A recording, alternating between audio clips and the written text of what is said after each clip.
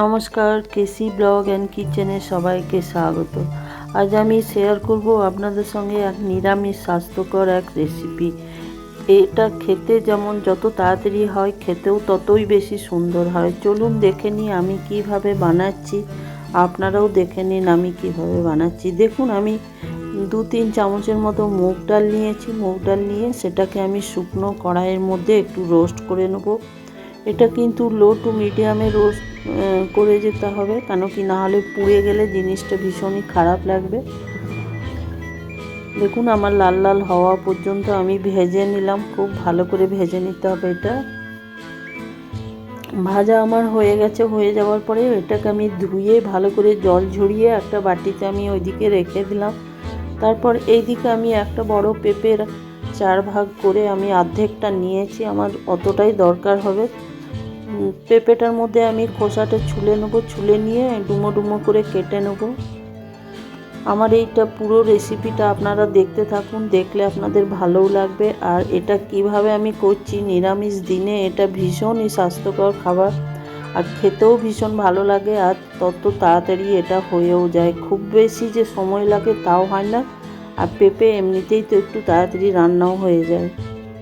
তো আপনাদের বলে দিই, যারা আমার চ্যানেলে নতুন তাদের আমার সাবস্ক্রাইব করার অনুরোধ রইল। আর যারা আমার চ্যানেলটি দেখেন তাদের লাইক, শেয়ার, কমেন্ট করারও অনুরোধ রইল।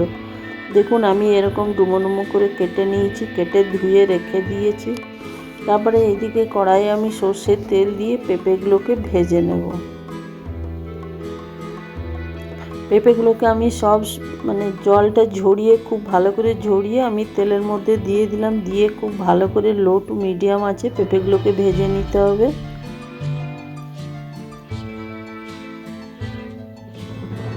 দেখুন, একটু ঢাকা দিয়ে দিয়ে আমি ভেজে নিচ্ছি। ভেজে নেবার ভাজতে ভাজতে আমি ওর মধ্যে একটু হলুদও দিয়ে দিলাম। পেঁপেটা ভাজার কালারটাও খুব ভালো আসবে। তাহলে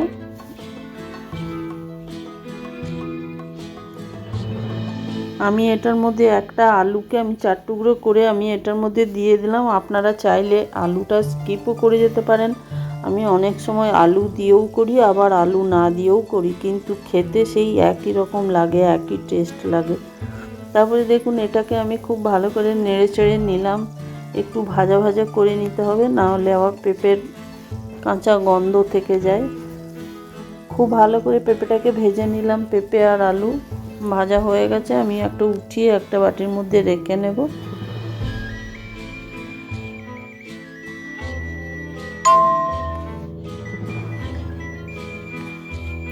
তারপর দেখুন, ওই তেলটার মধ্যেই আমি কিছুটা গোটা জিরে ফোড়ন দিয়ে দিলাম। গোটা জিরে ফোড়ন দিয়ে দেওয়ার পরে আমি এলাচটা থেতো করে আর দারচিনি এই দুটো আমি এটার মধ্যে দিয়ে দিলাম।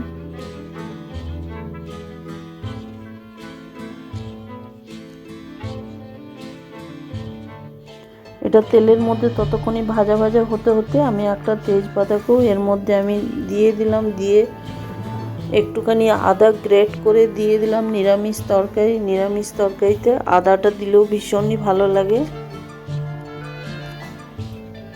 আদাটা আপনারা পিষেও দিতে পারেন, আমি কিন্তু পেস্ট করে দিইনি, আমি এটাকে গ্রেট করেই দিলাম।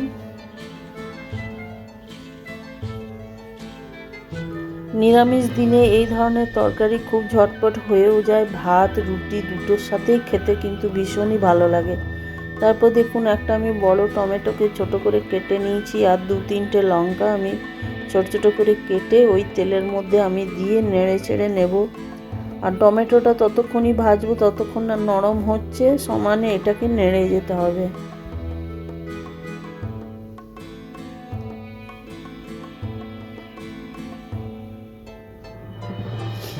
তারপরে দেখুন, এটার মধ্যে আমি পরিমাণ মতো নুন দিয়ে দিলাম, একটুখানি হলুদ দিয়ে দিলাম,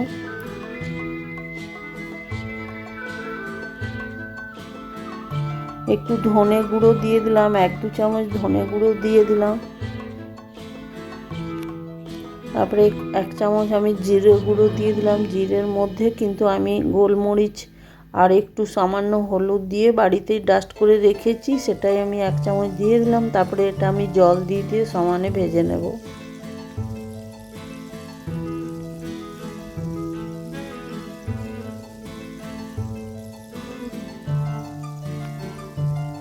তারপরে দেখুন এটা আমি ঢাকা দিয়ে ভেজে নিচ্ছি।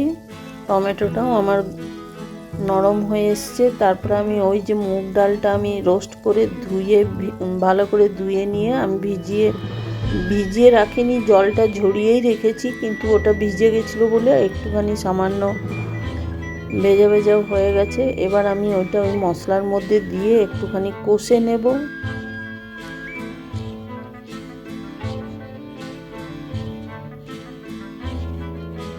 মুগ ডালটা একটু কষে নেবার পরে দেখুন ওই পেঁপে আর আলু যেগুলো আমি ভেজে রেখেছি সেইগুলো আমি এটার মধ্যে মিলিয়ে দিলাম।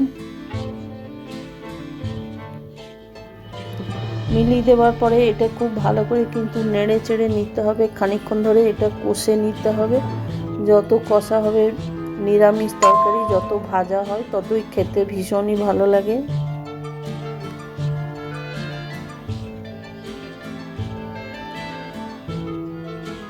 দেখুন এটা আমি সমানে নেড়ে চেড়ে যাব।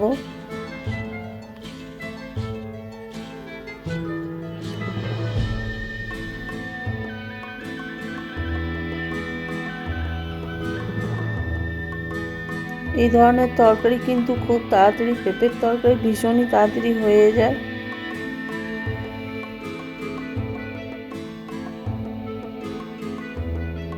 দেখুন এটা আমার মোটামুটি কষা হয়ে গেছে। কষা হয়ে যাওয়ার পরে আমি এর মধ্যে একটুখানি জল দিয়ে দিলাম।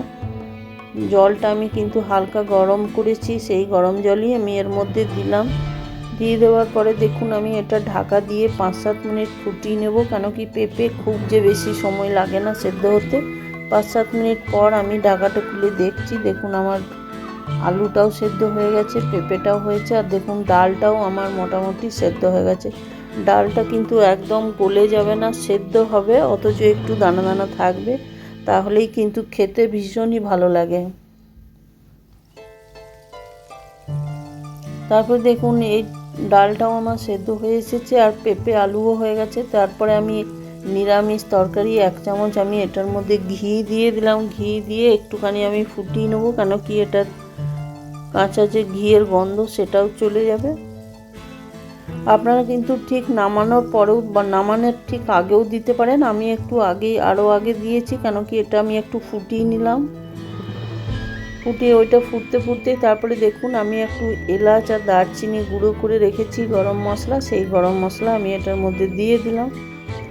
দিয়ে দেওয়ার পরেও আর একটু আমি ঘেঁটে নেবো তরকারিটা। 1-2 আলু বা পেঁপে একটু ঘেঁটে দিলে কিন্তু তরকারির স্বাদ ভীষণই বেড়ে যায়, আর তরকারিটাও ভীষণ মাখা মাখা হয়ে যায়।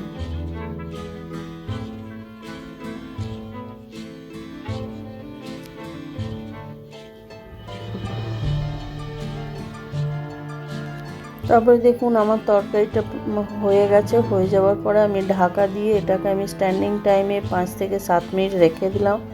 তারপরে দেখুন আমি ঢাকা খুলে দেখাচ্ছি, আমার তরকারিটা কত সুন্দর রঙও হয়েছে, আর তরকারিটা ভীষণ দেখতেও সুন্দর আর খেতেও ভীষণ টেস্ট লাগে এই ধরনের তরকারি। তারপরে দেখুন আমি একটা বাটিতে উঠিয়ে সার্ভ করে নিলাম।